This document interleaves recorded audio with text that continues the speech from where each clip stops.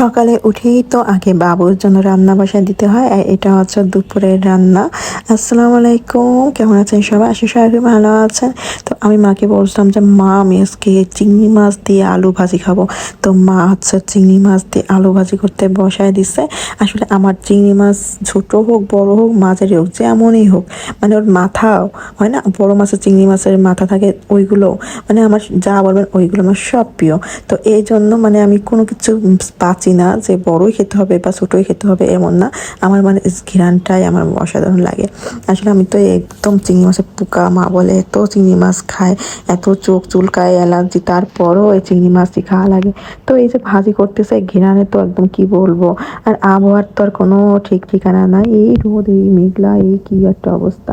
তো যাই হোক, দেখতে দেখতে কতদিন হয়ে গেল, কিন্তু কেমন জানি মনে হয় যে অনেক দিন হয়ে গেছে না ঘুরে আসছি। মানে একদম কেমন একটা লাগে যেন, দুই একদিন পরেই মনে হয় যেন অনেক দিন ধরে দেখি না বা অনেক দিন ধরে যাই না, অনেক দূরত্ব লাগে। কিন্তু হিসাব করলে কিন্তু আমরা বেশি দিন হয়নি আসছি মার কাছ থেকে, কিন্তু যখনই ভিডিওগুলো দেখি তখন খুব বেশি মনে পড়ে যে আল্লাহ সেদিন না এইগুলো করলাম। তো মনে হচ্ছে কেন এত দেরি হয়ে গেছে, মানে কতদিন হয়ে গেছে আসছে। তো এই জায়গাটা দেখতে বেশ ভালো না, মানে ওই যে মসজিদ দেখা যাচ্ছে, তারপরে এই যে বৃষ্টি পড়তেছে, টিনের শব্দে বৃষ্টি তো অসাধারণ একটা মিউজিক, কি বলবো।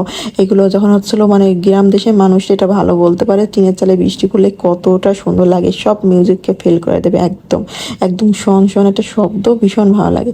তো মা এখানে হচ্ছে সব বাটা মশলা দিয়ে হালকা ঝোল করবে মাছের। আমি মা রান্না খেয়ে এসে আমিও ভাবতেছি, বাসাতে বলতেছিলাম যে আমিও হচ্ছিল আর ব্লেন্ডারে মশলা করে খাবো না।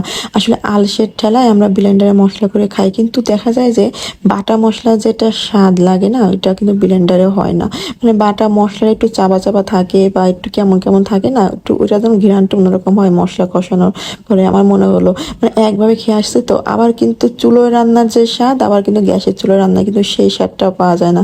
মানে একই আগুন কিন্তু ভিন্নতা এরকম না, ঠিক তেমনই ব্লেন্ডার করলে আর বাটার ভিতরে পার্থক্য আছে।